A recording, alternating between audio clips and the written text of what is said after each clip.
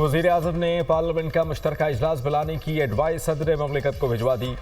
वज़ीर आज़म ने मुश्तरका इजलास 17 दिसंबर को दिन 11 बजे बुलाने की एडवाइस भेजी। मुश्तरका इजलास में दीनी मदारिस के रजिस्ट्रेशन समेत 8 बिल्स की मंजूरी का भी इम्कान। दीनी मदारिस की रजिस्ट्रेशन से मुताल्लिक नए बिल पर हुकूमत और JUI फी की मुशावरत जारी।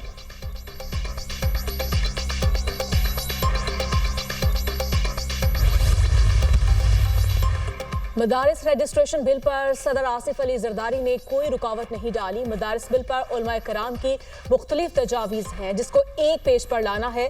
मौलाना फजल रहमान समेत तमाम उलमाए कराम को एक पेज पर लाना होगा। मदारिस रजिस्ट्रेशन का एक बिल लाना है जो तमाम मदारिस कबूल करें। गवर्नर पंजाब सरदार सलीम हैदर खान की मीडिया से गुफ्तगू। कहा, तीनों सूबों में बल्दियाती इलेक्शन हो चुके हैं, सिर्फ पंजाब बाकी है। अब वक्त है पंजाब हुकूमत बल्दियाती इंतखाबात का ऐलान करे।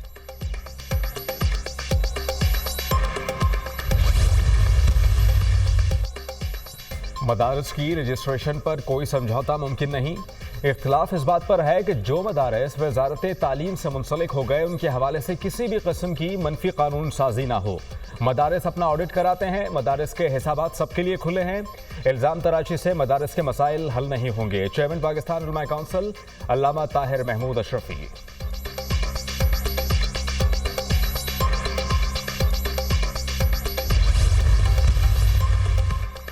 जस्टिस जमाल खान मदोखेल ने जस्टिस मंसूर अली शाह के खत का जवाब दे दिया। खत में कहा, आइन के मुताबिक रूल्स बनाने का इख्तियार जुडिशल कमीशन को है। 26वीं तरमीम के बाद जुडिशल कमीशन दोबारा तश्कील दिया गया है। कमीशन ने चीफ जस्टिस को रूल्स बनाने के लिए कमेटी तश्कील का इख्तियार दिया। 6 दिसंबर के जुडिशल कमीशन इजलास में मुत्तफ़िका तौर पर चीफ जस्टिस याहिया आफरीदी ने रूल्स का ड्राफ्ट तैयार करने के लिए कमेटी तश्कील दी। जुडिशल कमीशन के रूल्स के लिए कमेटी का सरबराह मुझे बनाया गया। कमेटी के 2 इजलास पहले ही हो चुके हैं। आपकी तजवीज़ करदा सिफारिशात पहले ही ड्राफ्ट में शामिल की जा चुकी हैं। मुजवज़ा ड्राफ्ट में आपके खत से पहले ही आपसे शेयर कर चुका हूं।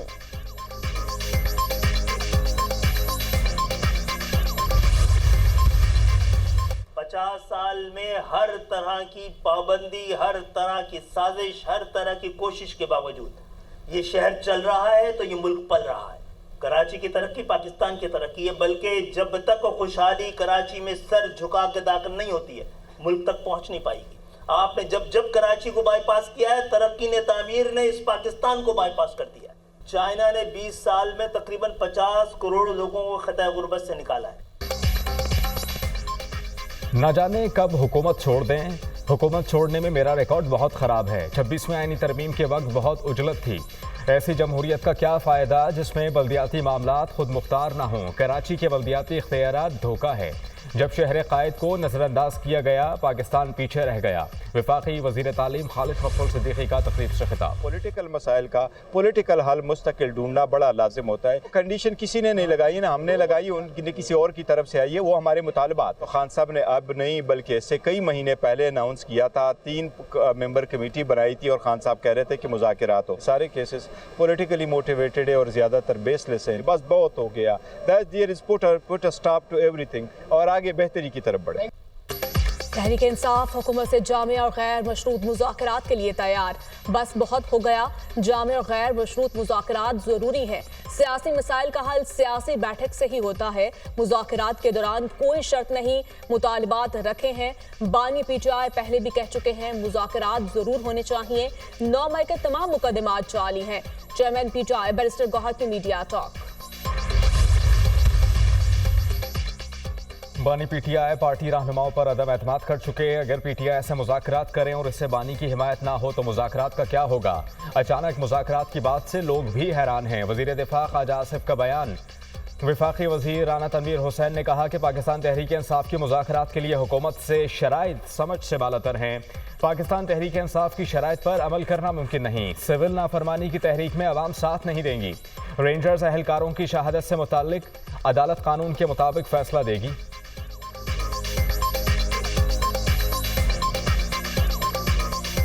इस तरह तो मुज़ाकरात नहीं होते कि पहले शरायत, इसका मतलब कि शरायत भी उनकी बड़ी अजीबोगरीब है। और सिविल नाफरमानी की तारीख भी उन्होंने एक दफ़ा पहले भी 2014 में की थी। और इस दफ़ा तो मेरा हाल है बस ऐसे ही बातें कर रहे हैं, कुछ नहीं होगा। ना कॉल वो देंगे, अगर देंगे तो बिल्कुल फ्लॉप ही होंगे। एक बानी PTI की माँ पे ही होता है, वहीं पे फैसले होते हैं, वहीं से ये सारे प्रोग्राम लाते हैं। तो ये भी वाक़या हुआ है तो उनमें ये मुलव्वस हैं। तो आगे अदालतें हैं, अदालतें उस इंसाफ का जो तकाज़े हैं वो पूरे करेंगी। एक सियासी जमात मुल्क के ख़िलाफ़, मुल्क के इदारों के ख़िलाफ़, मुल्क की फ़ौज के ख़िलाफ़ जिस किस्म का जहर उगल रही है, 9 मई को जो कुछ हुआ उसका कोई बंदा तसव्वुर नहीं कर सकता कि किसी मुल्क के अंदर, चाहे वो जमहूरियत हो चाहे वो डिक्टेटरशिप हो, कि कोई मुल्क किसी को इजाज़त देगा कि वो अपने मुल्क की फ़ौज की छावनियों में जाके फसाद फैलाएं, इंतशार फैलाएं और हमले करें। मामलात नफरत और झगड़ों से नहीं, मुज़ाकरात से हल होते हैं। बानी पीटीआई ने नफरत के बीज बोए। एक आदमी पाकिस्तान की सियासत में जहर घोलने और नफरत भरने वाला है। हर किसी की बकरी उछालने वाला आज अडयाला जेल में निशाने इबरत है। एक सियासी जमात का एजेंडा फकत मुल्की इदारों के खिलाफ जहर उगलना है। 9 मई को जो कुछ हुआ वो तसव्वुर भी नहीं किया जा सकता था। 9 मई के मुल्जिमान सजा के हकदार हैं। मुल्क को इंतशार नहीं, इस्तेहकाम की जरूरत है। वफाकी वज़ीर एहसन इकबाल का तकरीब से खिताब। कहा 2018 में एक अनाड़ी को पाकिस्तान की चाबी दी गई। उस अनाड़ी ने मैशियत बर्बाद करके महंगाई की शरह में तारीखी इजाफा कर दिया। पीटीआई दौर में मुल्क की मैशियत तबाह हो गई। तब्दीली सरकार ने ज़राअत को भी बर्बाद करके रख दिया था।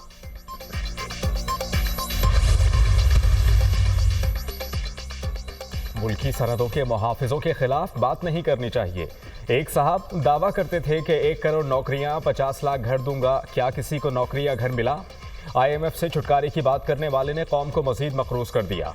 गवर्नर सिंध कामरान खान टेसोरी का तकरीब से खिताब।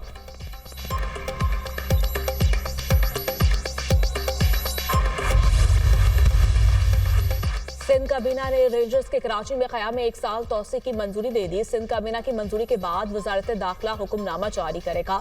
कराची में सिंध रेंजर्स के क़याम में 8 दिसंबर 2025 तक तोसी की गई।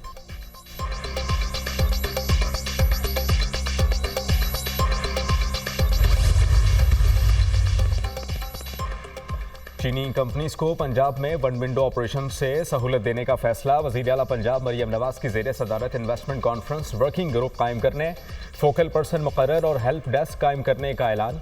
चीनी टेक्नोलॉजी कंपनीज का पंजाब में सरमायाकारी के लिए इजहार दिलचस्पी। मरियम नवाज ने पंजाब को चीनी कंपनीज के लिए लैंड ऑफ अपॉर्चुनिटी करार दिया। वज़ीर आला पंजाब की ग्वांगझू की वाइस गवर्नर मिस्टर जेंग गोजी से मुलाकात। मरियम नवाज के एजाज़ में खुसूसी स्टेट डिनर का एहतमाम। वज़ीर आला पंजाब मरियम नवाज की पंजाब के वफ़द की पजीराई और पुरतपाक खैर मकदम की तारीफ। कहा कि चीन तारीख के हर मोड़ पर हमेशा पाकिस्तान के साथ खड़ा रहा। पाकिस्तान और चीन के अवाम भी एक दूसरे के साथ मुंसलिक हैं। दौरा चीन बसीरत अफरोज़ है। बहुत कुछ जानने, समझने और देखने का मौका मिला। ग्वांगझू की वाइस गवर्नर ने कहा कि वज़ीर आला पंजाब मरियम नवाज की आमद को खुशबख्ती समझते हैं। अवाम की खिदमत और फलाह बहबूद के लिए मरियम नवाज की काबिशें काबिल तहसीन हैं।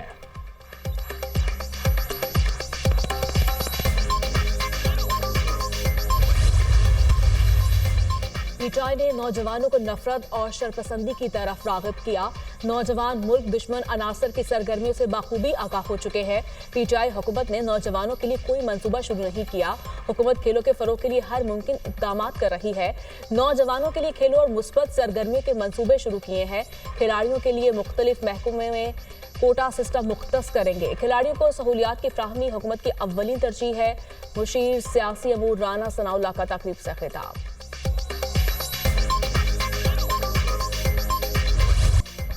ICC ने पाकिस्तान के फ्यूजन फार्मूले की मंजूरी दे दी। आज ICC की जानिब से बाज़ाब्ता ऐलान किए जाने का इम्कान। ICC champions trophy hybrid model के तहत होगी। चैंपियंस ट्रॉफी पर ICC और भारत ने PCB की तमाम शराइत मान ली। भारतीय मीडिया का दावा। ICC मीटिंग आज दोबारा होगी। मजीद पेशरफ्त मुतवक्के। भारतीय टीम चैंपियंस ट्रॉफी में अपने मैचेस दुबई में ही खेलेगी। पाकिस्तान और भारत के दरमियान उसूली मुआहिदा तय पा गया। भारत के चैंपियंस ट्रॉफी के सेमीफाइनल और फाइनल में पहुंचने की सूरत में दोनों मैचेस दुबई में खेले जाएंगे। T20 वर्ल्ड कप 2026 में पाकिस्तान अपने मैचेस कोलंबो में खेलेगा। पाकिस्तान 2027 के बाद ICC विमेंस टूर्नामेंट की मेजबानी करेगा। पाकिस्तान को कोई इजाफी रकम नहीं मिलेगी। भारतीय मीडिया।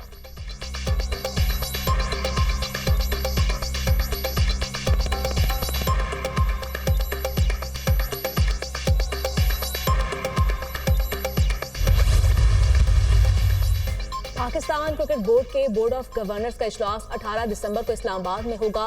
इजलास में चैंपियंस ट्रॉफी के हवाले से अमूर पर बात होगी। इवेंट की तैयारी के सिलसिले में स्टेडियम्स की अपग्रेडेशन ज़ेरे गौर आएगी। पीसीबी वर्क रेगुलेशंस 2024 में तरमीम का भी इजलास। चैंपियंस ट्रॉफी की मेजबानी के लिए क्या मिसाइल थे। गवर्निंग बोर्ड को चेयरमैन पीसीबी एतमाद मिलेंगे।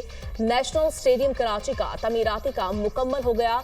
नई बिल्डिंग की तज़ीनो आराइश का काम 31 दिसंबर तक मुकम्मल होना है। आईसीसी चैंपियंस ट्रॉफी का आगाज कराची से होगा।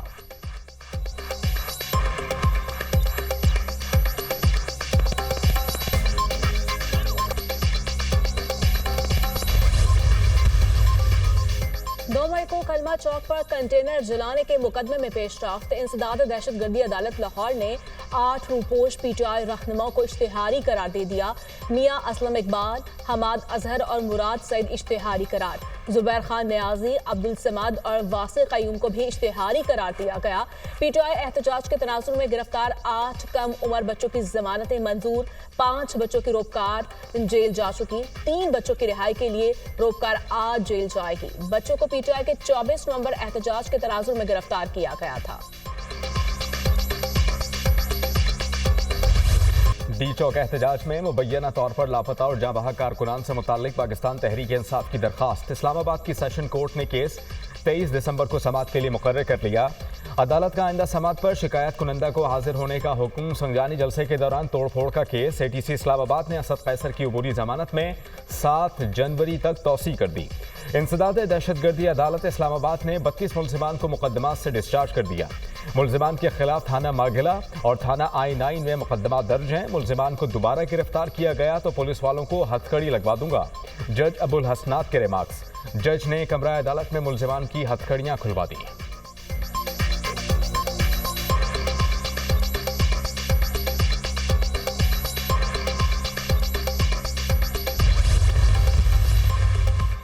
वकला के तहफ़्फ़ुज़ के लिए ख़ुसूसी अदालतें कायम। वज़ारत क़ानून इंसाफ ने इस्लामाबाद समेत सूबों में ख़ुसूसी अदालतों का नोटिफिकेशन जारी कर दिया। अदालतें lawyers welfare and protection act 2023 के तहत कायम की गई हैं। इक़दाम तमाम हाई कोर्ट्स के चीफ जस्टिस साहिबान की मुशावरत से अमल में लाया गया। इस्लामाबाद और 4 सूबों में सेशंस और एडिशनल सेशंस जजेस को अदालती इख्तियार तफ़वीज़ किया गया।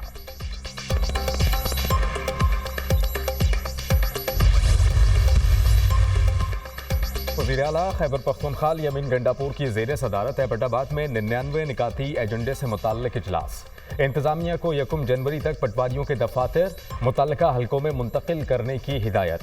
अली यमीन गंडापुर ने कहा कि अवाम का सरकारी इदारों पर एतमाद बढ़ाया जाए। अवामी हिमायत के बगैर कोई काम भी मुमकिन नहीं। जुर्माने वसूल करने के लिए ई-पेमेंट सिस्टम मुतारिफ कराया जाए। वज़ीर आला की हज़ारा डिवीज़न के मुनशियात के आदी अफराद को बहाली के लिए पेशावर भेजने की भी हिदायत। कहा कि मुनशियात फरोशों के खिलाफ क्रैकडाउन किया जाए। बड़े मगरमच्छों पर हाथ डाला जाए।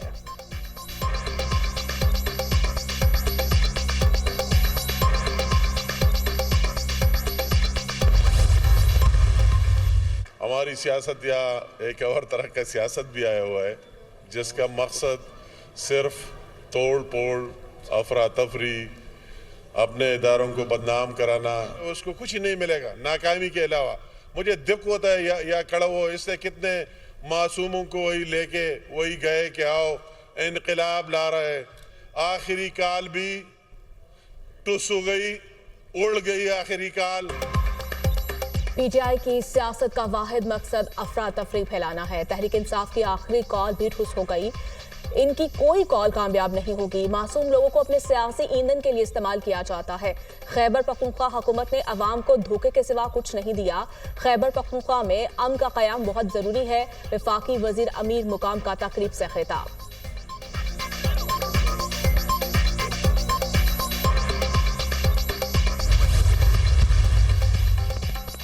पाकिस्तानी वफ्द की अमेरिका में क़ैद डॉक्टर आफिया सिद्दीकी से 3 घंटे मुलाकात। आफिया सिद्दीकी की रिहाई के लिए पाकिस्तानी वफ्द की अमरीकी कांग्रेस और महकमा खारजा के हुकाम से भी मुलाकातें। सेनेटर बुशरा अंजुम ने कहा कि अमरीकी हुकाम से गुफ्तगू मुस्बत रही। उम्मीद है कि अमरीकी हुकाम 20 जनवरी से कबल आफिया सिद्दीकी की रिहाई से मुताल्लिक फैसला करेगी। आफिया सिद्दीकी का केस आलमी सतह पर इंसानी हुकूक का मसला है। डॉक्टर आफिया ने मुलाकात में बताया कि उन्हें अब भी इंसाफ मिलने की उम्मीद है।